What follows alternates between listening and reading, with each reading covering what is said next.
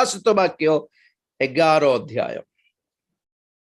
Praise the Lord. प्रभुंकर महान नाम गौरव हेउ। प्रकाशित वाक्य 11 अध्याय 1 रु आमने पढ़िबा 1-2 पद पढ़ बेटा। परे मते पदिका परी गोटे नल दत्त हैला। जणे मते कहिले उठ ईश्वरंक मंदिर बेदी और जो माने सेथिरे पूजा करंती से मानकु माप, किंतु मंदिरर बाहर थिबा प्रांगण को छाड़ी दियो, ताहा माप नाही, कारण ताहा विजाति मानकु दत्त होई अछि।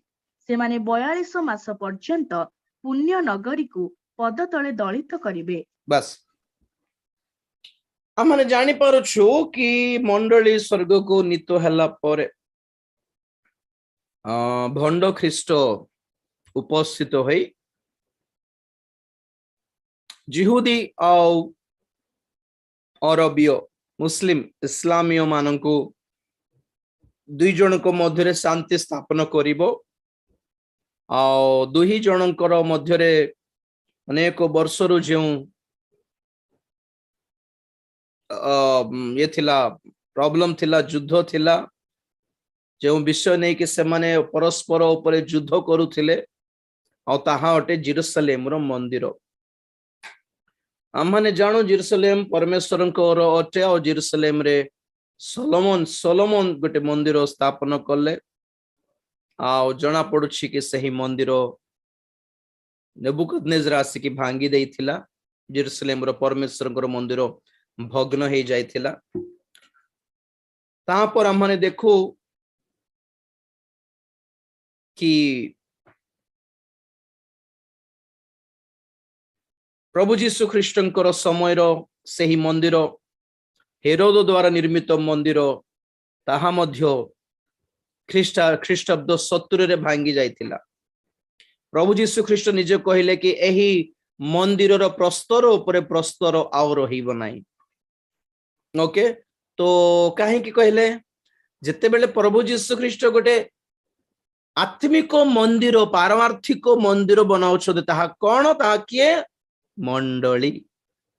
मंडली जोठी थाए ताहा मंदिर अटे आज्ञा। मंदिर रे मंडली नहीं, मंडली ही मंदिर अटे। आपण जोठी उपासना करंतु मिसिकी ताहा मंदिर अटे, मंडली अटे, सेठारे परमेश्वर वास करंती। आ जेते बेले गोटे मन से आत्मिक मंडली रूपक मंदिर से गढ़ुछंती तो सांसारिक पत्थर रे बनाइथिबा मंदिर रो दरकार कोन। सेतमे प्रभु भाववाणी कहले ए मंदिर रहिबो नै। तो से मंदिर भांगी गला। हां, से मंदिर भांगी गला। आ मंदिर रे उपासना करिबाटा आ पेंटिकोस्ट दिवस परे आ रहिला नै। Praise the Lord. आज पर्यंत नै जेरूसलेम रो मंदिर केवल गोटे कांथ अच्छी जहाँ को वेलिंग वॉल बोली कहती, कांदिबा कांथ। पुणी जोड़े पास्टर जेरूसलेम जाइए आसथिले गत सप्ताह, सेठी जाइथिली गत सप्ताह मु तांको चर्च को सब से कहूथिले कोन कोन देखिली, बट खुशी खुशी लागिला। से दीप वृक्ष सेठकार गोटे धरिके आसले मते गिफ्ट देले। Praise the Lord. तो से मंदिर रो आ किछ रहिला नै, खाली कांथ रहिला। जिहुदी माने सब दुनिया रे व्यापी गले, फेरार ही गले, पलायन कले। आउ इजराइल खाली हे थिला। ख्रीष्टाब्द 70 वर्ष 70 रो कथा कहूछि मु। पर जेतेल देश खाली हे गले कोन हुए, अन्य अन्य माने आसिक रहंती कि नहीं। खाली छाड़ी देबे कि गोटे गां को अन्य लोक आसिक ताको अर्थर बनाई कि सेठी रहि जानती। एमती अन्य लोक मैंने आसिक रोले, से माने भी पळेले और आसिले गले। ठीक आई थिंक 15 शताब्दी ना कौन अर्थर मु डेट देखिबार अछि, 15 ना 16 शताब्दी टर्की देशर लोक माने, तुर्क देशर लोक माने के जण आसिकी सेठी रही गले। ओके, तो परे चलला चलला 16 शताब्दी 17 18 19 19 रे कौन हैला। 19 आपण मान जानि छंती तृतीय विश्व युद्ध हैला। 1900 आई थिंक 12 रु 18 पर्यंत ना 14 रु 18 पर्यंत समथिंग।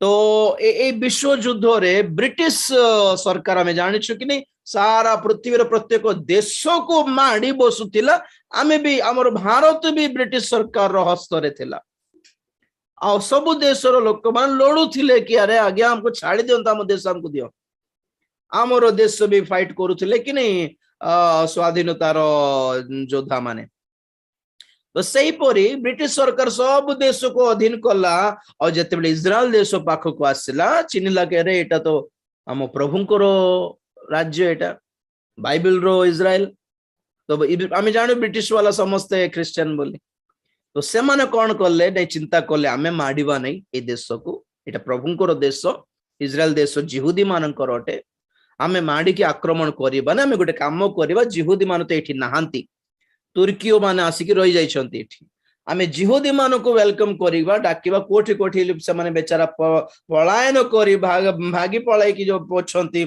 से मान को से माने आदेश देले खबर देले कि तुमरो देश तुमको दिया जीव तुम फेरी पळे आस तो जिहुदी माने जो जो स्थान रे जो जो देश रे व्यापी जाइथिले फेरार है कि से माने समस्त को फ्लाइट्स दिया गला से माने फेरी आसिले तो देखला बेलको इज्राएल रे ऑलरेडी तुर्कीओ माने थिले तो से माने युद्ध हो जिवो बोली ब्रिटिश सरकार कोन करे गोटे काम करो जॉर्डन नदी रो गोटे कूल रे ए तुर्कीओ माने रहिबे जॉर्डन रो गोटे कूल रे जिहुदी माने रहंतु परे परे हम माने समाधान कथा देखिबा कारण तुर्की माने कहउचंती हमर पूर्व पुरुष माने